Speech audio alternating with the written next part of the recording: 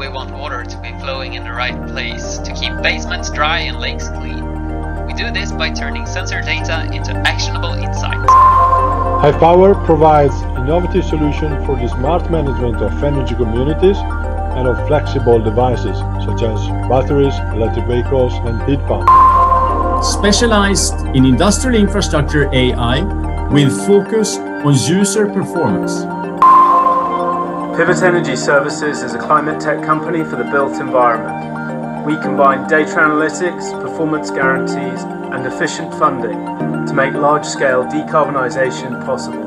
At Rebase, we provide data and digital tools to plan and optimize district energy resources. Viking Analytics is an AI company from Gothenburg, focusing on predictive maintenance and energy optimization.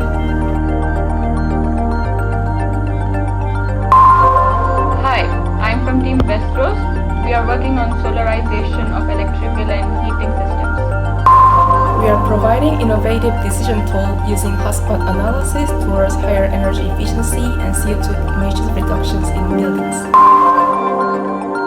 Hi, my name is Jim. My project will be regarding augmented reality, visualizing the data.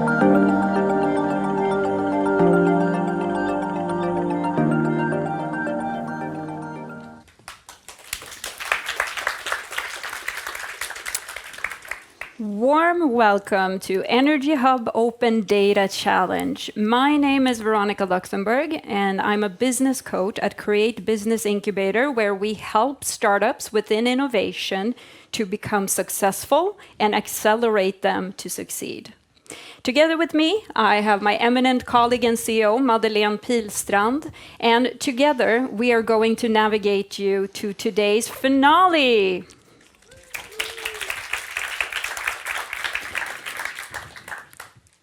The host today, except us, is NRGY, and they are the start of this challenge. Today we'll meet 7 startups and 3 student teams that have been working the last 10 days, day and night, I presume, to come up with new solution with this open data that we have given them.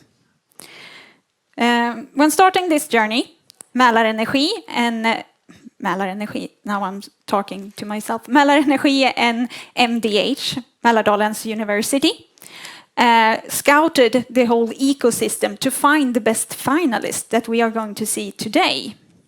There are 2 different classes today, like I said, 7 startups in the business class and 3 student teams in the university class. Yes. And they have been supported by an expert team around them. And I'm sure they have worked day and night too for the past days. And the winner in the university class has 15,000 kronor in the pot. And the business class will win a proof of concept project together with NRGY worth about 200,000 crowns. And the winner is going to be announced in less than an hour.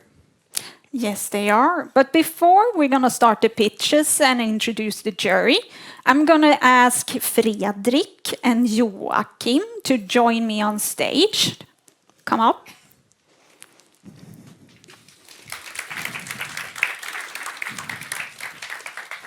Come here. Let me tell you who you are, or should you introduce yourself? Go ahead. This is Fredrik Wallin. He is the project manager of Energy Hub. And we have Joachim Sundqvist from NRGY. What are you doing here today?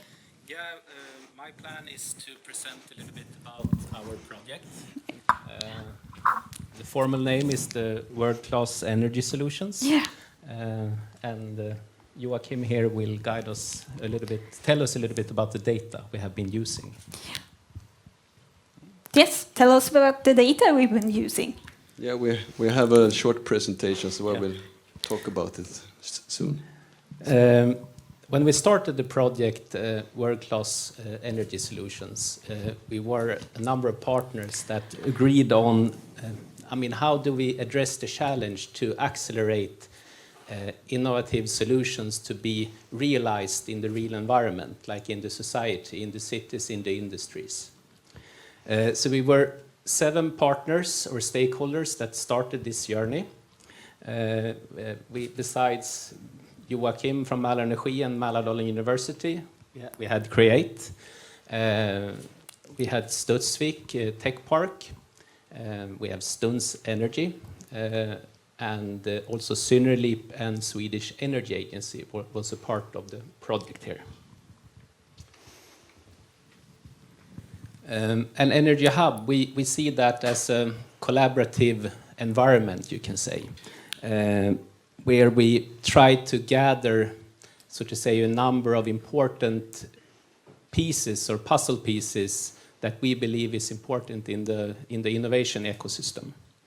We agreed early on that, of course, research and innovation drives the development. So of course, it's natural to have it there. But competence is also very important, and the human resources that have the right skill. We also have financing, of course, which we have many stakeholders already working with. So in the end, we finalized to address 3 components or pieces that could contribute, we believe, to the innovation ecosystem. So we have been working with open data and tried to create digital twins of you will learn more. We have also test beds. So we have a number of partners have been working with test bed activities and demonstration activities. And finally, we have the actual structures to support the companies. So we have Create here have been working with the startup accelerator or scale-up program. Yeah. And you have also developed the melting pot concept, basically to reduce barriers between different stakeholders. So Joakim, do you want to tell a little bit about the data?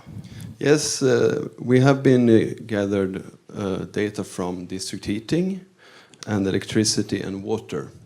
And I don't know if you're familiar with Västerås, but we have 5 areas that's included in this challenge. And it's Skultuna, Önstagryta, Tunbytorp, Erikslund, and Eriksborg.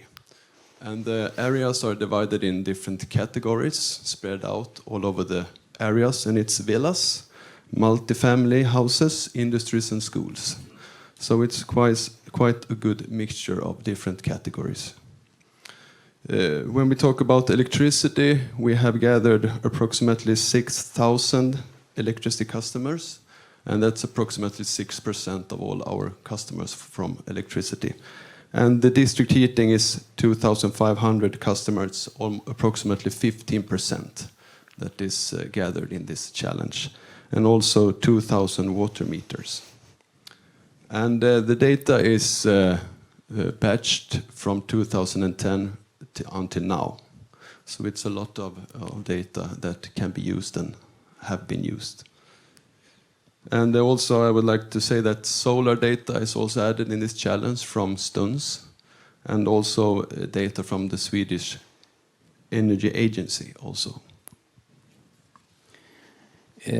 Yeah, so when we started with open data, it was, of course, I think it was in 2017 we started. And actually last year we had a publication from the European Data Portal. It's like a network that works with open data. And they estimated there that the market value only in the European 27 plus countries is about currently 180 billion euros. And if you have a moderate assessment on the annual growth rate, it's about 2% per year until 2025. So around 200 billion euros. But the more positive effects or development would be that it's about the double amount of turnover that is generated by open data. So I feel that it was some kind of confirmation that we were trying to develop knowledge in the right area here in the project. So what do you think, Joakim? What have been the major learning outcomes from you as a utility provider from NRGY? I think the challenge, and in many projects, it's the same. It's the data crunching and the data handling. So the big that we have, it has been a real problem using the data. We have to clean it and make it in the correct quality, and that has been a real challenge for us and maybe also for the contenders here. Yeah, because I think that it's when you use data, for example, as you do normally, you just send data in an energy bill, then it's just a small part of the data that needs to be really good. Now you need to make sure that every part of the data keeps a relatively high quality at least. And we have the regulations also, the GDPR and having to cluster the electricity data also. So that's another level. Yeah, I think we wrap it up here. Thank you, Joachim and Fredrik. A big hand. Yes. And you can stay on stage because now it's time to introduce the eminent jury. Please welcome back on stage the whole jury. So we have Niklas Gunnar, Katarina Åkerman, Lisa Granström, Helena Olsen, Joakim Sundqvist, Helena Järregård och Eva Torin.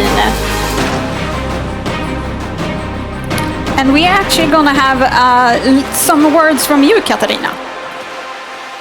This is Katarina, and she's going to be the head of the jury today.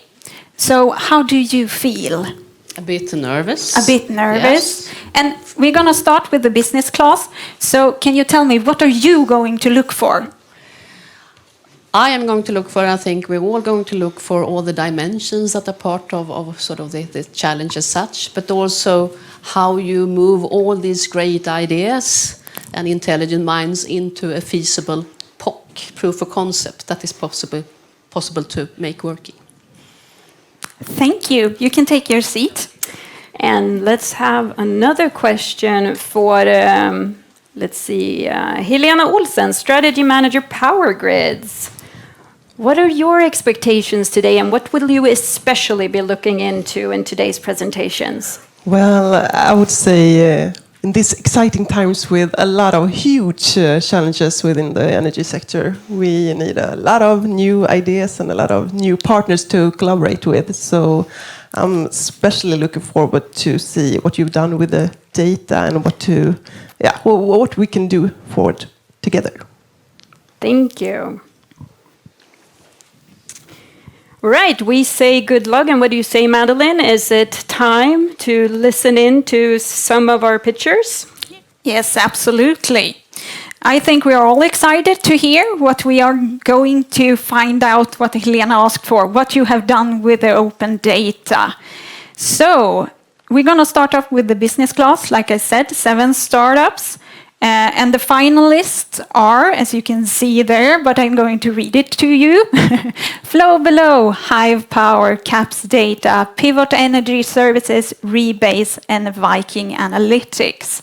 And to start up, I'm going to ask Fredrik Sahl to join us from Flow Below. Warm welcome. You're going to stand here. Thank you. Everybody can hear me, all right? Perfect. My name is Fredrik Sahl. I'm the founder of Flow Below, and I will give you a talk today about an interesting topic that I love. So, the sewer system in Sweden is leaking, both in and out. Water that we flush down the toilet and shower, about as much as we flush down enters the pipe system on its way to the wastewater treatment plant. Water finds its way into the pipe network via faulty couplings, and because, well, the pipe network that we buried some 40, 50 years ago, they no longer hold tight, unfortunately. But why should we care about water entering the system and the capacity limit of the system? Well, for the property owner with their basement overflowing with sewage water, it's fairly obvious. And of course, the system is designed so you don't have to have water flowing into your basement. Unfortunately, in order to keep it away, water has to flow out somewhere else, and it's usually in a lake or a river close where we live, which isn't great either. And with the climate change that we're seeing, we anticipate heavier rain will probably amplify these negative effects. The problem for the water companies and municipalities in charge of servicing these networks is it's very hard to actually find the sources of inflow. It's a detective work that requires much expertise and much time, and some costly equipment as well. This is the problem that we address at Flow Below. We have a solution for this. We measure the temperature of the sewer water. Our algorithms detect and quantify how much water has been leaking into the sewer system. The results are displayed as a map, as you can see here in the presentation. And from the map, you can read where the inflow sources are. In that way, we can actually tackle the problem. We know where to look in a much better way than just going blindly. So, Flow Below have developed a scalable solution that municipalities and water companies can work with and apply in order to find the problems. And creating a map of the sewer system where the problems are, this is the first step towards clean water and sustainable communities. Thank you for your time.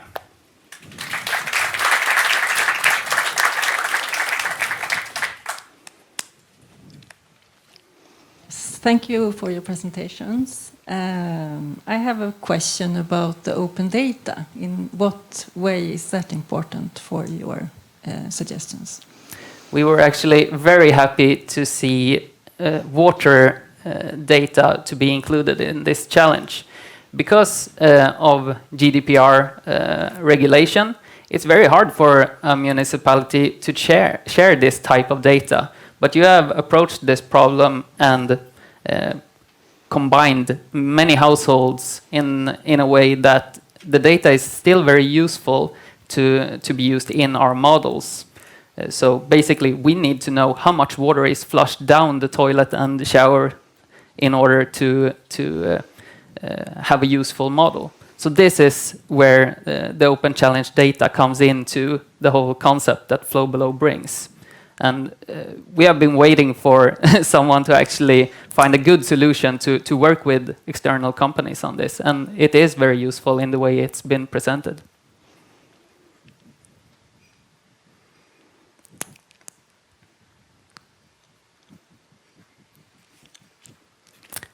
Do we have any more questions for Fredrik?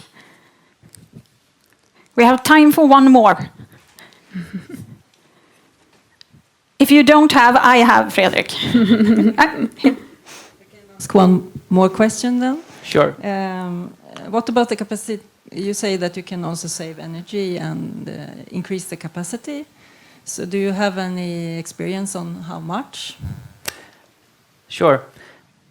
Take Västerås' biggest wastewater treatment plant. About 40% on an annual basis of the water going through it is actually water that shouldn't be cleaned. It's already clean. It's rainwater and melt. This water, of course, requires pumping. It requires treatment, heat processing in order to get the right temperatures in every stage. And doing some easy math, if half the water that we treat could be reduced, then you have huge energy savings. It's not actually just dividing by 2, but... Now we have to share the stage with someone else. Thank you, Fredrik. Take a seat. Thank you. Next company up, we have on link from Switzerland. It's David and Gianluca from Hive Power. Gianluca Corbellini, CEO and co-founder of Hive Power, and I'm very happy today to introduce you to our proposal. So our idea is to implement an automated analytics tool on the heating energy consumptions of the final users in this small town. So the idea is to provide the energy signatures to all users, So basically defining how the heating systems are consuming energy depending on the daily average temperature. And so with this proof of concept, we want to increase the energy awareness of the final users on the heating consumption, especially from the performance point of view. So regarding typically kilowatt hours per square meter per Celsius degree compared to different kind of buildings and use. So the outcomes for the project are quite clear for us. So for the final end users, we can increase the energy awareness, which is quite important, we think. And we can run some comparisons between the users in the same local area, also trying to establish a sort of gamification. Then for the utility, we can implement an automatic detection of the heating systems. So we can automatically detect where there is a heat pump, a direct electric heating, or there is no electric heating at all. Then we can have also an overview of the potential of the improvements in the energy efficiency systems in integrated or embedded inside your web existing portal, which is already done very well. Then as a potential next steps, I would like to mention that we can include also a matching of the hourly data of consumption with the carbon footprint of the Swedish electric energy using third-party services. So we can also increase again the awareness of the carbon footprint for the final end users. So another step we could even increase is implement as default and inefficiency detection of the heating systems, which again will be really data driven. So about the resources, I think from your platform we have all the data within. We can even add some value on top of these existing datasets, which are already pretty good. We can have also some option on additional data, especially on weather systems. Then about High Power, we are a spin-off of a Swiss university. We are fully dedicated to smart grid analytics systems. We can both provide systems for the B2B for our customers, typically utilities, but also B2B2C for the end users through mobile apps that we already developed. In the team, we are totally 10 people, funded by European Commission and Swiss Federal Office of Energy. Then we have already some for utilities in Switzerland as customers, managing mostly their flexible assets. So thank you, and very open for your question.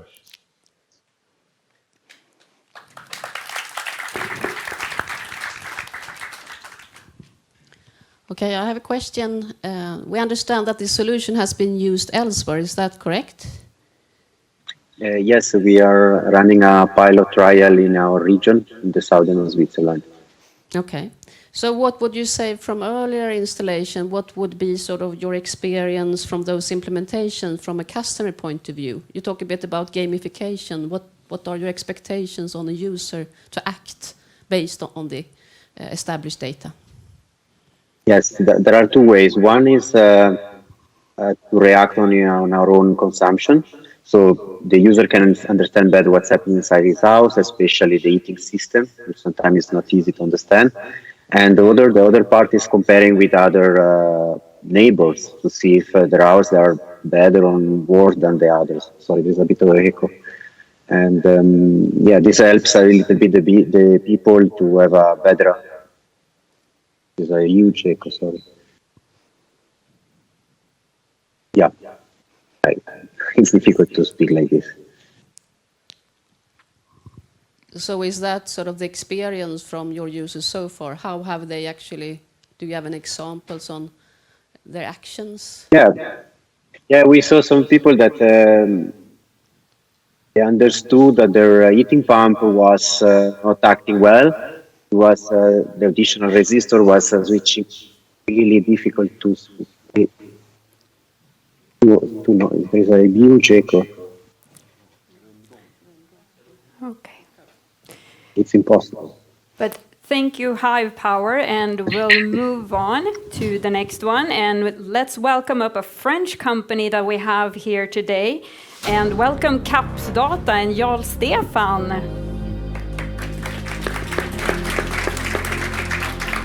And I'm going to be a problem and ask you to stand there. So the audience and the jury and the viewers at home see you. When I press on this one, does it start for the next one? Okay. So AI teaching engine to augment human, social, and enterprise investigation capabilities. I'm Stefan Obert. I'm from Capstata. Data is key, but access to data, and even handle quite complex data, is not the real problem for Mälar Energy. Mälar Energy has been running complex projects earlier with Mälardalen University, with ABB, with RISE, and also now running projects, for example, with eGate. We believe Mälar Energy needs a system, a solution, to be able to do advanced analytics, but also to create results and to do more business. So questions from a planner, for example, is to where do I have EV charging capabilities? Or where do I have access to internet? In Sweden, that's not a real problem, but what is the speed rate? The engineers are looking for what is the carbon footprint on my renovation project? Or where do I have traffic issues? The citizen is looking for access, transparency to data, and also see result. We're suggesting an innovative solution called Mälar Energy Data Lab. And this is to be used by Mälar Energy, citizens, and clients. So AI teaching engine is to provide an analytics system to create results by AI techniques. So we're pulling in data sources from Mälar Energy that they've already provided. We don't actually think that treating and handling the data as such is the real problem. The problem is what to do with it.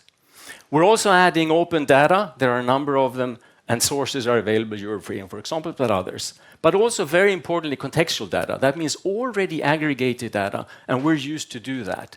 But last and not least, also know-how, Mälar Energy engineers and partners. So the Mälar Energy Data Lab is a complete ecosystem where we're pulling in these 4 different types of sources of information. But we're also able to add non-existing data through our smart distributed IoTs. And we're giving this access ad hoc to data. And we're creating this information by creating a metadatabase that is based on a private distributed blockchain technology. And this will answer the GDPR compliance issue. And the platform or the system, Mälar Energy Data Lab, will be the interface for all the users. So we've done a similar project in Paris, in fact. ERDF is the electricity handling system in France. And we did this for Paris, a little bit bigger. And the main focus was to dimension investments. So what is the outcome? We will put in place the POC, which is for Mälar Energy, to test how it can work, also give access to business, and test access to citizens as well as to business partners. And of course, we have to test in which way the GDPR compliance will be compliant for using the distributed blockchain technology.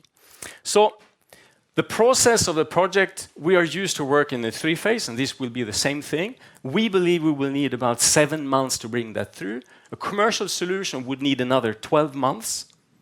And the main objective, of course, we were talking about business model. We think that Mälar Energy will be able to use this with the partners on a project-based fee, running subscriptions, or query cost.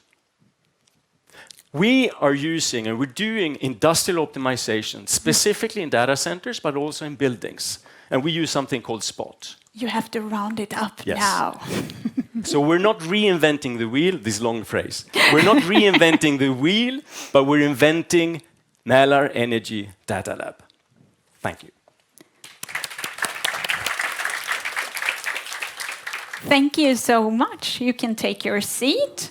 And what do we know? Do you want any questions? Questions, sorry. Thank you. I had one question. What is the suggestion for the first application area for Mälar Energy? In fact, there are a number of them, and we're not exactly sure where the current focus is for Mälar Energy.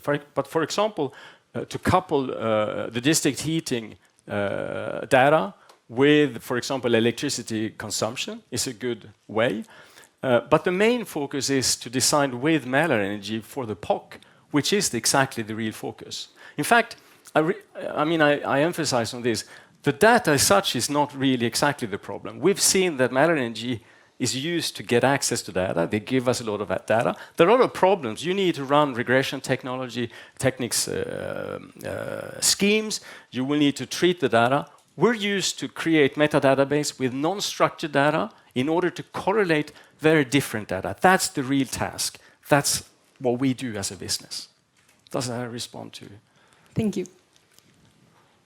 Do you have time? Yes, one more question. I was wondering, do you see any problem with cybersecurity, and if so, do you In have fact, solutions? today we're working in CEA. It's the nuclear organization in France, which is pretty big because they have 80% of electricity is nuclear. It's not good, but we're working in their big site south of Paris. It's an 8 megawatt data center, and security is key.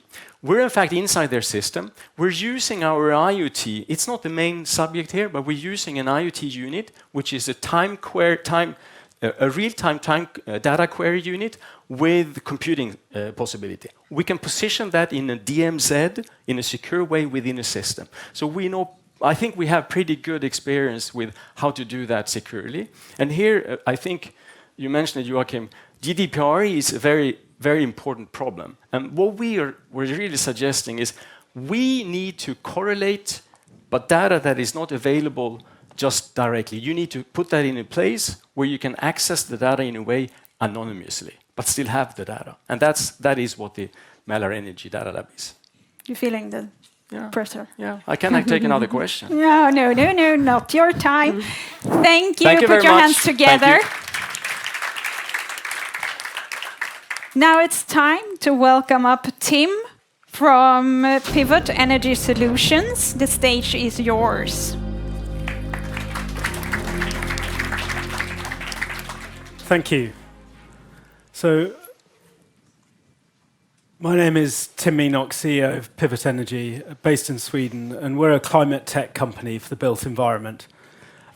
We make large-scale energy efficiency projects fundable through the combination of data analytics, performance guarantees, and efficient funding.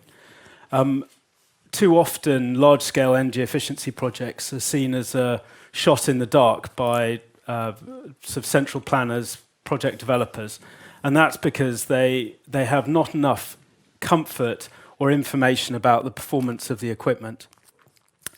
We overcome that by quantifying the technical risk of underperformance, and having done that, that enables us to guarantee those financial savings. Once we guarantee them, we can fund them very cheaply through our partners.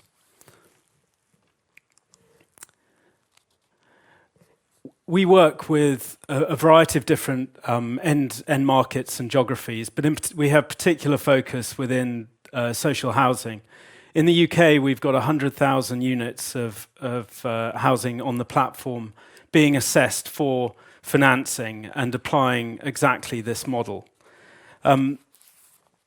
We would be able to deploy the same profile, the same technology on large communities within Mälar Energy's remit. So here the point is that we can integrate with the supply chain and building owners at a number of different points.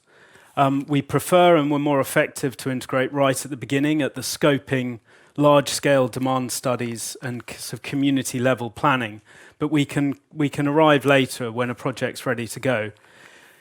For Mälar Energy, we feel we can enhance and expedite the productization of PV, electric vehicle charging points and battery storage, and really support the energy efficiency as a service product. So what did we do within the Open Data Challenge? We combined the consumption data. We enabled that to be actionable through deep knowledge within the platform about the building codes, the building standards, and applying our AI. We then were able to discover whether or not these savings were insurable, and then they could be financed. Here's an example of a home a building that we looked at. Again, finding the baseline, establishing what the goals are, applying different dynamic tools to arrive at your outcomes, and then moving forward. So what value can we create for Mälar Energy? I think the introduction of AI creates engagement, can enable large-scale planning. We can then guarantee the savings and introduce financing to create a as-a-service model for your business. Thank you.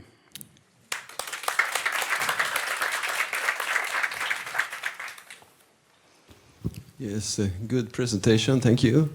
I have a question regarding the benefits, and you're talking about both the energy efficiency and the capital efficiency. Can you tell us a little bit more about the benefits for NRGY and the benefits for NRGY's customers? Can you do some kind of divide? I think there's two sets of benefits. From a central sort of planning perspective, we can use the consumption data and the building data to very effectively to disaggregate it, identify what the consumers of that energy are within the building, so we can look behind the meter. Having done that, we can understand what opportunities there are for improvement. That can be used both at a very large scale and at a single home level. And once we've done that, we can provide confidence that if you're going to move forward into microgrids or other load balancing development, we can guarantee the performance of those outcomes. And I think, it's great to see some of the companies here which we could work with, some or all of them, because once we guarantee it, we're really interested in it working effectively and optimized and monetized most effectively. I was also wondering, you're talking about energy efficiency and you're building renewables, but are you analyzing the actual building without the renewables to make it more efficient, or is it because of the renewables that it becomes efficient? Very good question. No, we started life purely on an energy efficiency, so tightening up the building, insulation, ensuring electrification of the heating system if the pricing works. But the route to net zero for our customers, the large housing landlords, you need to introduce the renewables, as you'll know.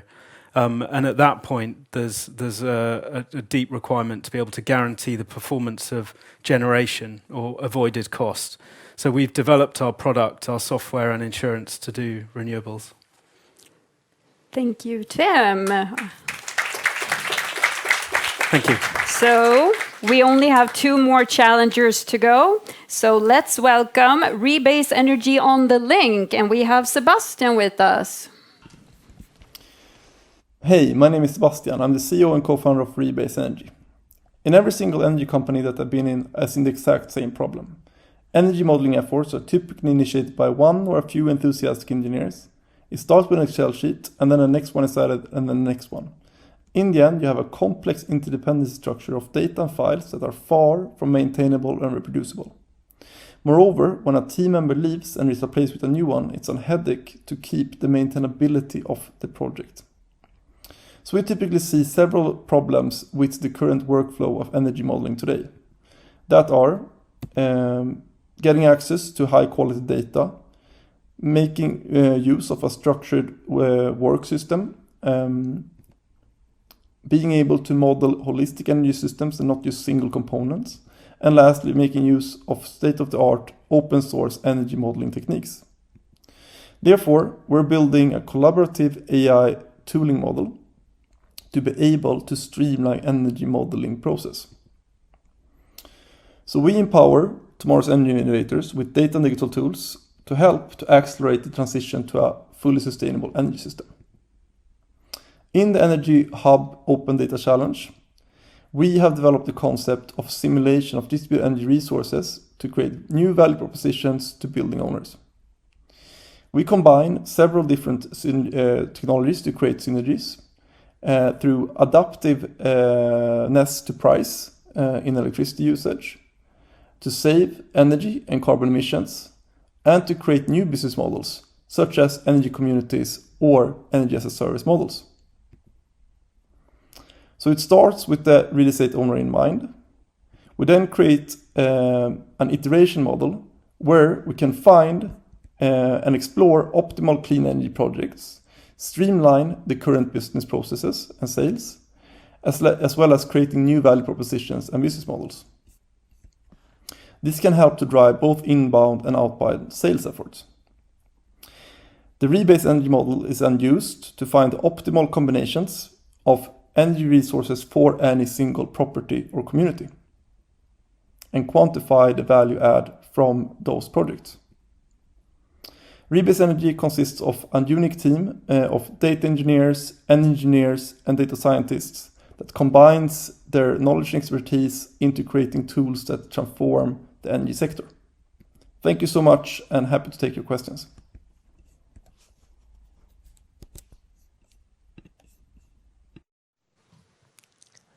Thank you for your presentation. I wonder, what would you say, how could we use your tool over time? So our tool works as a Google Drive for energy modeling in a sense. So the tool can be used both for internal purposes of energy modeling and making the process of energy modeling reproducible and maintainable over time from the engineers, energy engineers of NRGY. And by having this tool and versioning and having a maintainable workflow, this can actually be used over time as team members change positions or leaves the team. Thank you. And what would you suggest for the first application for NRGY? So for our first application, I suggest to work with the data that we have already start working with and to explore more deeply what the potential clean energy projects could be and how to target these projects in a most efficient way from both the engineering team and the sales team of NRGY. An additional use case could also be to explore new business opportunities such as energy community models and energy as a service models to target customers and become even more relevant to the customers in the new energy system. Thank you. Thanks.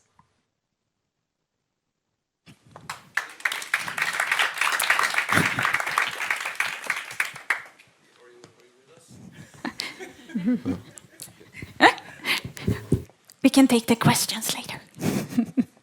Now we're up to our last startup for the day, and it's Viking Analytics, and Stefan is already here, eager to get on stage.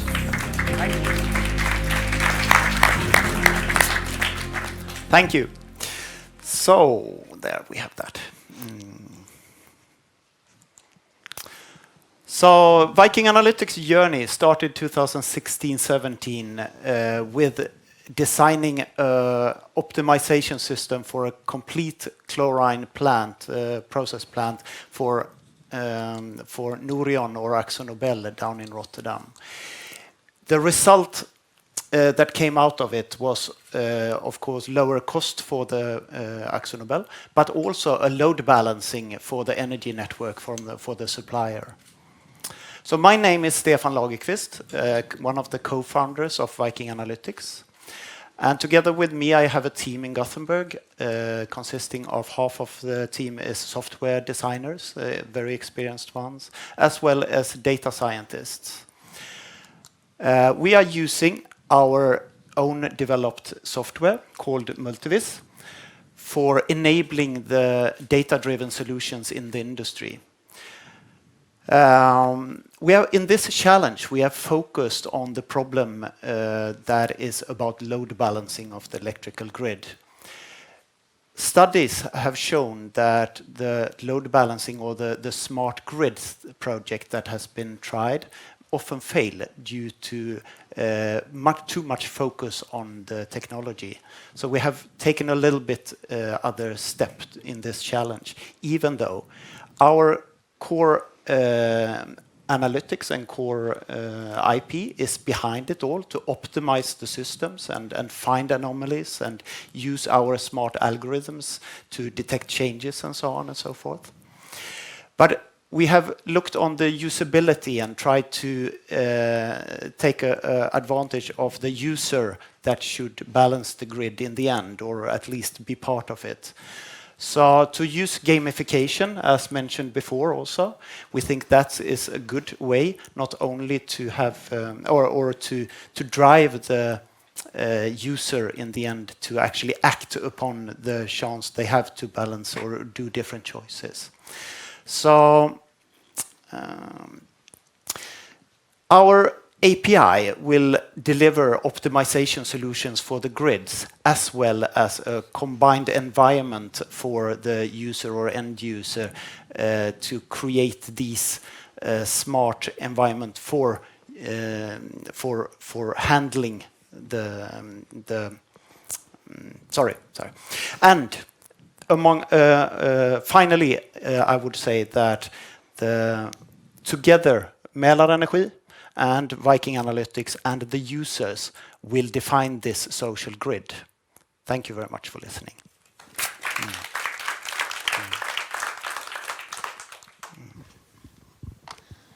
Thank you, Stefan, for a very good presentation. I would like to ask you, you mentioned gamification. And what type of rewards do you see that there are for the customers?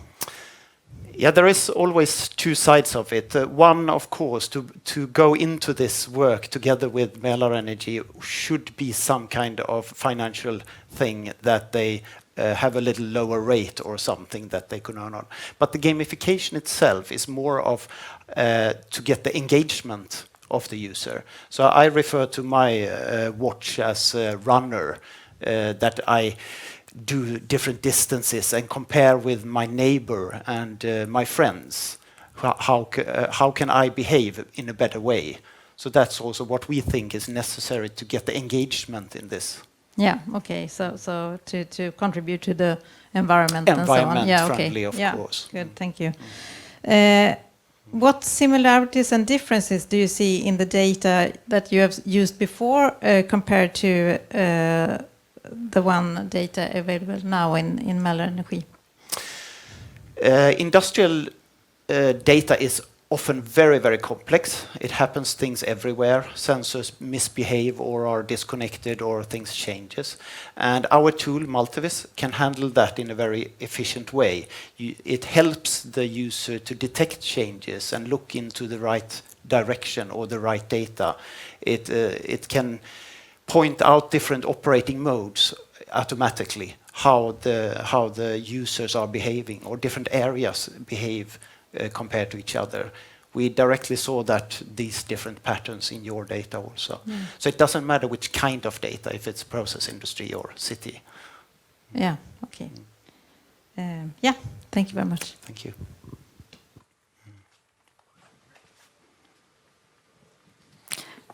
Give a big hand for Stefan. Thanks. And now we have heard all the startups in the business class, and we're going to go over to the university class. I'm going to ask Helena a quick question.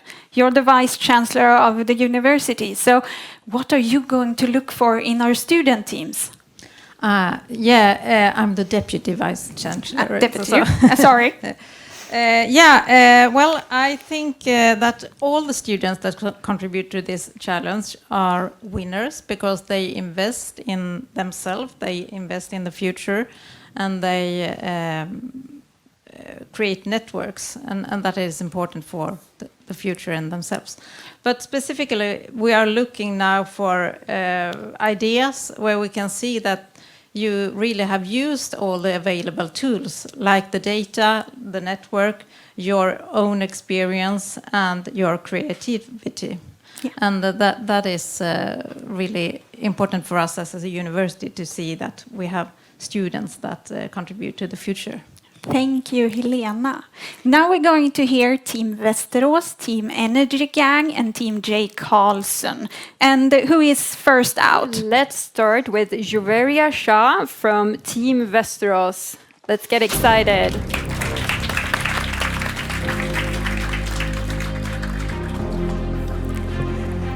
Good afternoon. I am representing Team Västerås, and Västerås is acronym for Visualizing a Sustainable Energy System Using Open Data Sources. And this is exactly what we have done. We have proposed a solution, energy system, which is completely powered by solar energy. And this is the synopsis of our project. If you look at the current heating system for the data that we have received, it produces it produces 140,000 tons of CO2 to produce 1700 gigawatt hour of heat. When you produce this CO2, you have to pay carbon tax, and there are some other expenses associated with it. And then we have an electricity system, which typically in Sweden is, I would say, quite renewable. But still, as we have more penetration of electrical vehicles, so we need to have this robust infrastructure. And if we are going to phase out the nuclear plant, then we need to have some other sources of energy coming into the grid. Our solution, sunify as much as possible, put as much solar as possible, and this is the idea that we wanted to test. What we have done is we have proposed three solutions, three innovative technologies. One is solar heating technologies, other is the concept of SSS, which is solar, storage, and sauna, which can add social value to the district. And the third one is testing the concept of energy sharing. This is the overall system that we are proposing, the very basic. So of heating technology is basically the pool of three energy technologies we have identified. The top one is parabolic trough collector, then photovoltaic thermal collector, and then flat plate collector. These are technologies which can produce heat quite efficiently, and then we have used an cost optimization to decide how much area of which technology to put in. And then, because there is a mismatch in the demand energy, so you have to provide a storage. This storage is basically a metal inserted into the lake near Onstabruk, the area. And then we have a floating top where people can go and enjoy the sauna and do some other activities. So it's a storage powered by hot water. And then we have energy sharing concept where all buildings share energy with each other. Similar to concept of lagom in Sweden, whatever you have, you just keep it and rest you give it to others probably. And this, we did sub-simulation. What we found is it's very feasible. It's actually cost feasible to do install such type of system. You need 100,000 square meter of collector area, and then you can meet 80% of your demand using solar energy and 50% using PV from electricity. Okay. Thank you. Okay, great.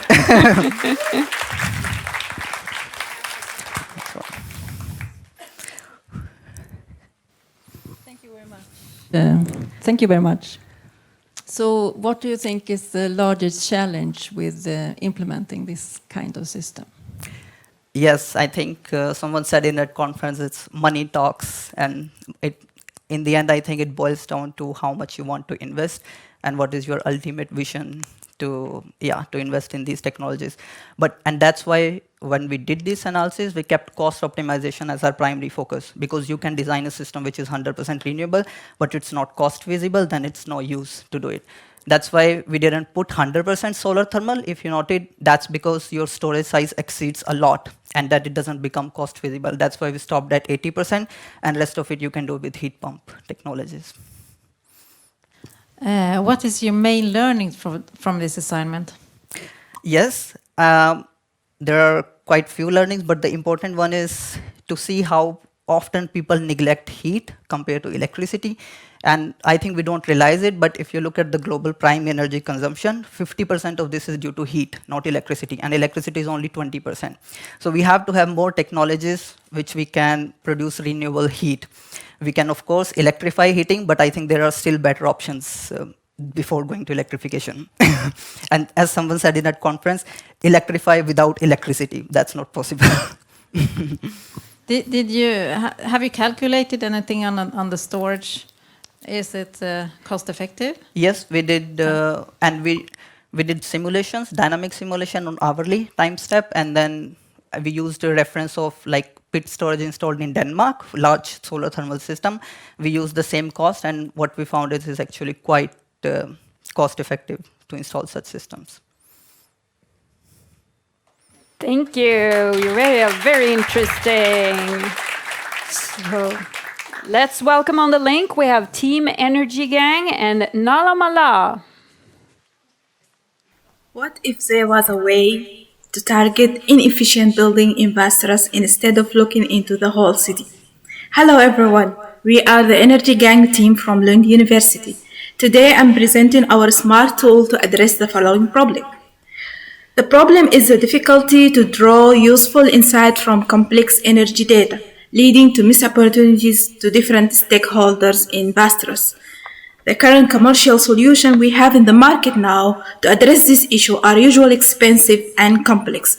So as a response, our tool provides simple, reliable, and cost-effective solution. Our tool uses preset benchmark to automatically classify the residential building into 3 zones: green, orange, and red. The red zones represent the buildings with the worst energy consumption patterns. In the graph in your left hand, the dots represent the electricity consumption per meter square for each group of buildings. As you can see from the table in your right, the results show that 30% of Vasteras residential buildings lay on the red zone. The visual from this tool will highlight opportunity for different stakeholders in Vasteras. As we can see, examples from opportunities for the red zone buildings include the tool can help utilities to identify new business opportunities, such as the ability to offer energy efficiency services to support energy reduction in these buildings. The tool will also help cities in customizing informational campaigns to raise awareness and provide incentive for behavioral change. And by that, our tool is providing values for different stakeholders in Vasteras, but also in the global level, it supports the effort towards sustainable development goals. Thank you.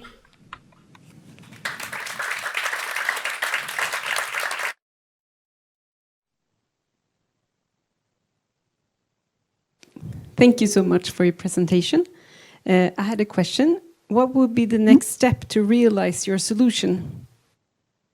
Yeah, thank you for your question. So, as now because of the GDPR laws, we have the data per buildings, per group of buildings and not per household.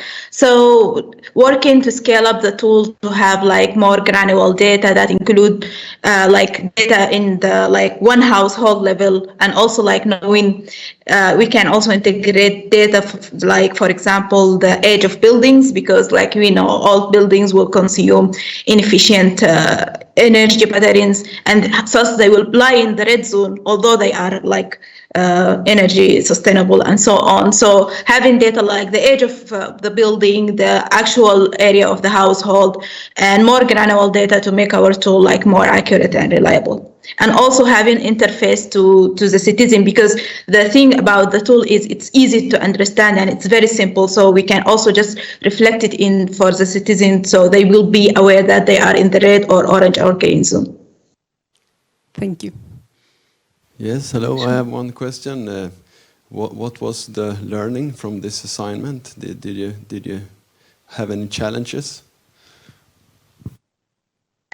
Yes, so I'm an energy engineer and I've been working in utilities before, and I didn't really know how the thing go in the demand side. I know the stress from the power plant, but also didn't know how the consumption side can like be very effective in energy efficiency. Also, like as an environmental master's program, we also like always like preach and promote renewable energy, but we saw the potential for energy efficiency, because you can't really put solar panels when the city has unsustainable energy pattern consumption. So it makes sense in the energy hierarchy to start from energy efficiency and then go for renewables. Thank you. Thank you. Energy Gang, put your hands together. And now we're going to welcome up the last pitch for the day, and it's Team J. Carlson and John. Welcome up. The stage is yours. Very much. So my name is John Carlson, and I'm from Eskilstuna, Mälardalens University. I currently study an innovation and design master degree. And I'm going to talk about the concept of digitalization and augmented reality. So it's all about visualizing the data from the Open Data Challenge.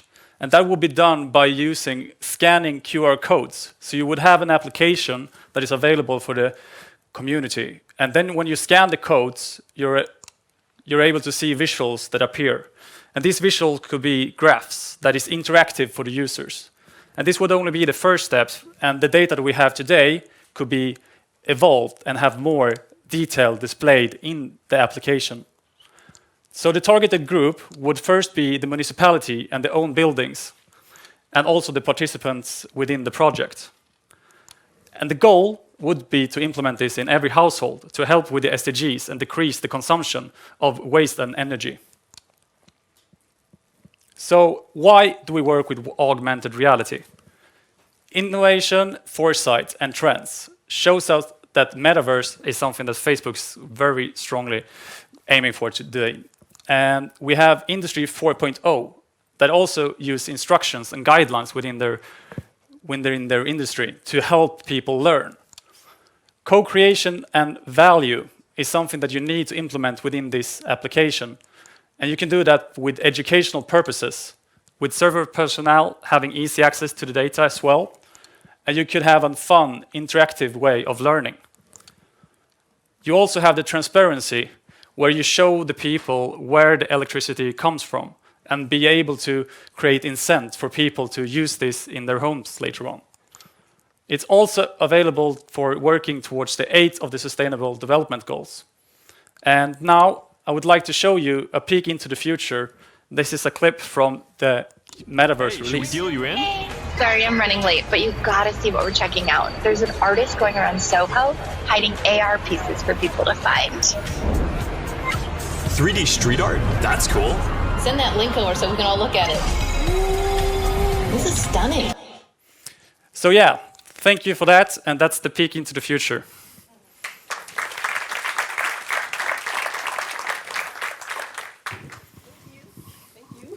Thanks for the presentation. Which would you say is the main target group for this kind of tool? I would say that you have to implement it within the municipality at the beginning to be able to target an audience and then get more data and give them an incentive to transcend into the households. Because if you don't implement it and ask the customers, or would you say the users, the society, if it is something that they want.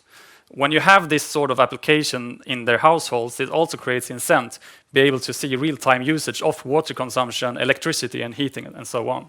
And this will also help working towards the SDGs. Thank you.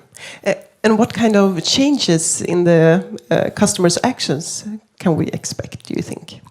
The concept of augmented reality is not really that new, but I would say that Facebook is a driving factor. They will emerge from this concept and they will show the way.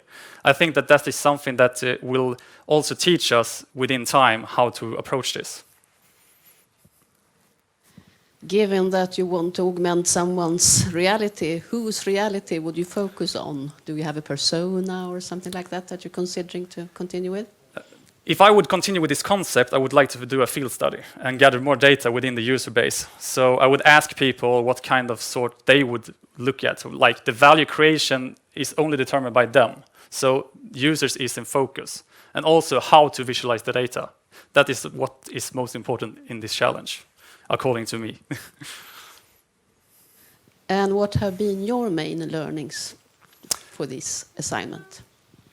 For this assignment, it has been to be quick on my feet because time is limited, both in this pitching event, but also towards getting ready for it. I would say that pitching a concept when you don't really can show the interaction and the future concept working is quite hard. But I think that the metaverse is something that you could maybe relate to. Thank you. Thank you. Now we heard all the pictures for today, and what a lineup, I have to say. What do you say, Veronica? Absolutely. I'm getting my pulse up. I want to know who the winner is, but we're not there just yet. We have to wait a couple of more minutes. Whilst the jury gets to go and we're going to release them, so give them a big hand. They have some very important discussions. So we're going to know a little bit more about how this project, we just heard John mentioning it's been day and night, it's been going fast, and that's the life of startups, of course, also.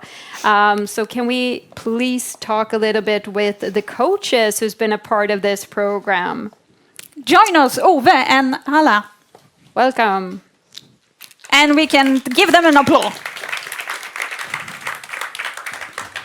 I'm going to start with you, Ove. Can you tell me about how has this 10 days been? It's been working day and night, at least for the contendants, I guess. It's quite intense, I think. And since we set up a workspace in Teams, I could follow all the interaction also, all the questions about the data, the CO2 emissions from the power plants and so on. And a lot of questions has really been about the data. And I'm my background is in marketing and sales, so I tried to put that perspective in how do we get use of this, how can we create value, how can we coach this into all the contendants.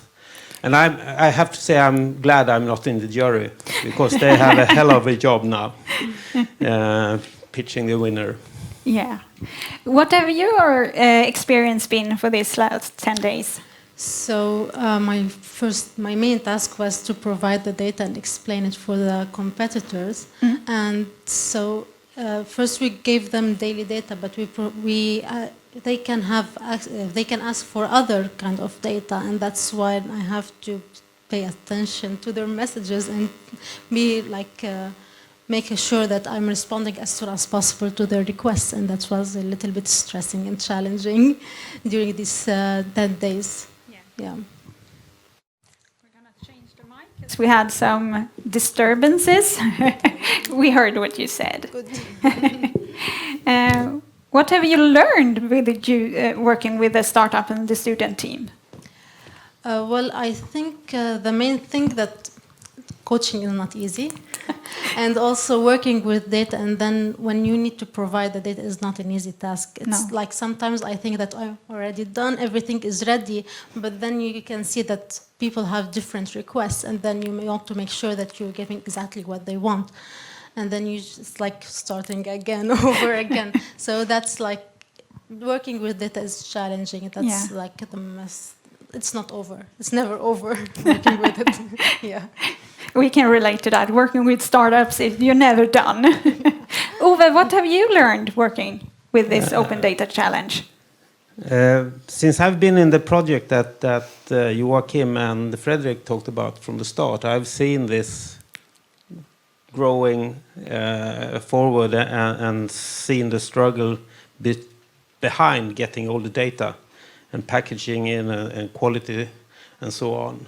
So I've learned that what you see on the front, on the end, when you really have succeeded in creating a solution, there's a lot of work behind to get all the data. And I think the main thing when you're working as a startup or us as a utility, how can we meet in this? Having the data, having the AI solutions, machine learning, and so on, and how can we convert that into value for our customers, or value for the startup company, and value for us as a utility. And I think that's I've seen that it is much more difficult. Yeah.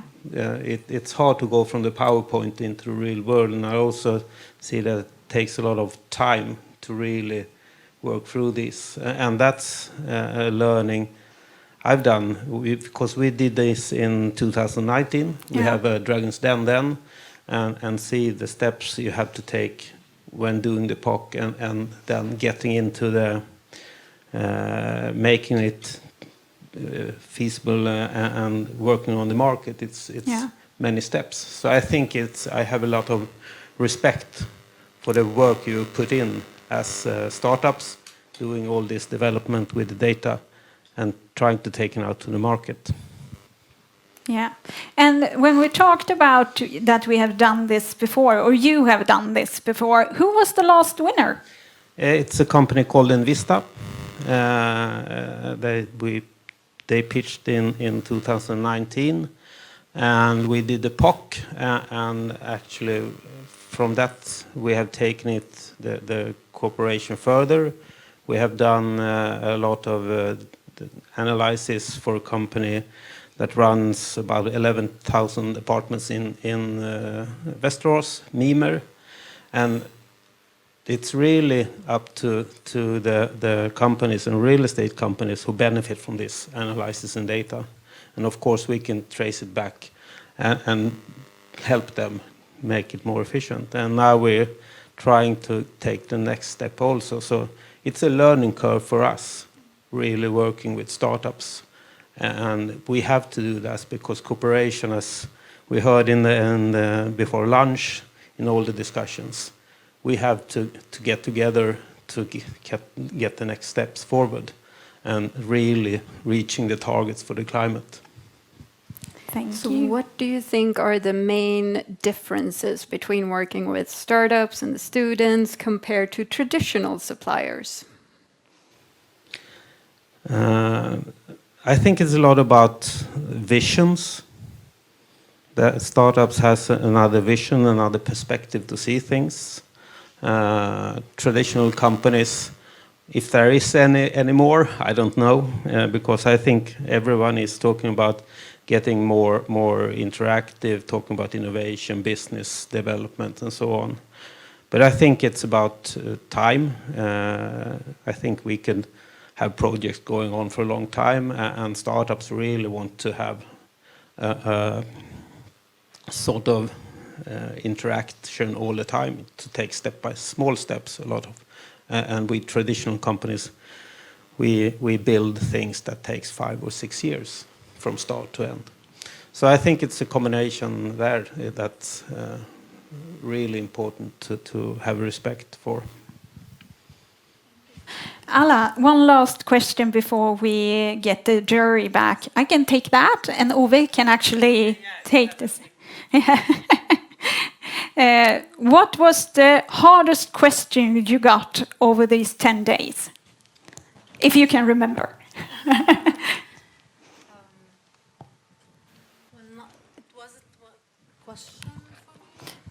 Then we're going to do tur att Ove did that. Well, actually, it wasn't a question for me. It was a more general question about I think it was about the emissions of CO2 or something that was more like Miller Energy should answer. But I think that was an interesting question that stuck to my mind. That's why I remember it, and I did have the answer for that. Yeah. Thank you. Should we give them a round of applause? Thank you. And as you can see, the jury is back. So it's getting exciting. So this is the moment we've been waiting for. And let's welcome head of jury, Katarina Åkerman, back on stage here. So let's start with the university class. And they're going to get 15,000 kroners. That's in the pot. So has this been an easy choice? And did you all agree? We all agreed. Wonderful. But of course it is a hard choice. Yes. Lots of good ideas, and you can't choose them all. That's right. That's the sad part. And the fun part, of course. The fun part too. So let's hear the nomination. Yeah. So the motivation for the university class is taking data and imagination, combining it with different technologies. This team stretches the mind and solution into the future. It's really outside the box and into the water. And the winner is Västerås.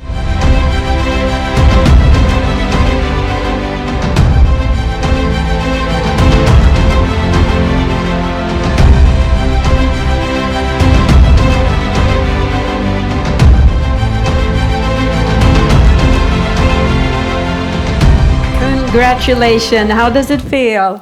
Yeah, it feels really good. I think, yeah, we try to work hard for this, and ultimately it pays off, so it looks nice. And how are you feeling? Feels really good. So how are you going to celebrate this? I think we will have kanelbullar, Swedish kanelbullar, and some fika maybe. So, yeah. Yeah, really excited.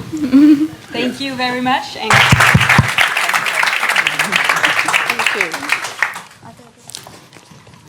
stand here. So now let's go for the other big proof of concept. So let's hear it. Yes, a lot of contenders here. And the motivation is that there are many ways to reduce energy use. This company have combined it with a problem that applies worldwide and becomes even more important. The solution goes below and explores possibilities hidden in the ground, combining data sensors on an everyday problem. And the winner is Flow Below.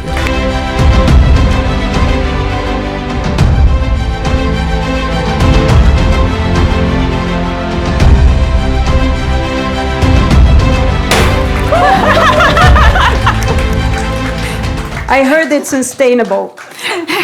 How are you feeling? Incredibly good. I don't think I can describe it, actually. So how are you going to celebrate this? Oh, I will probably celebrate it when I'm back home in Umeå, because it was a hassle getting here. The Swedish railway is another problem that we need to focus on, probably. But looking forward to celebrating with my wife, probably, when I get home. Great. And then it's right back to work, because you have a project now to start going. Yeah, for sure. For sure. That's great. Thank you. A warm hand.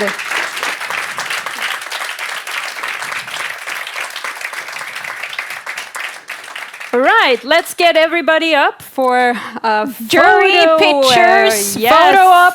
Come on. Photo opportunity.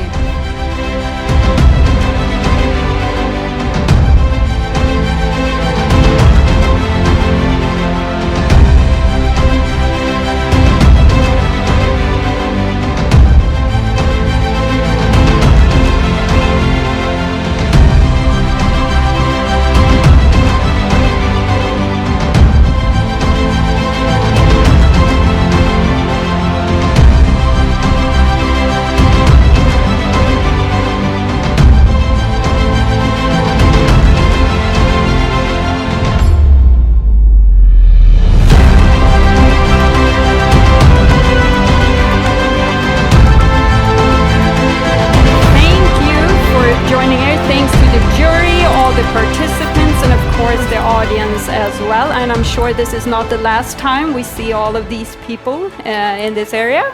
I really hope not. We have heard some very creative solutions, and we hope you will tell us how you do with them.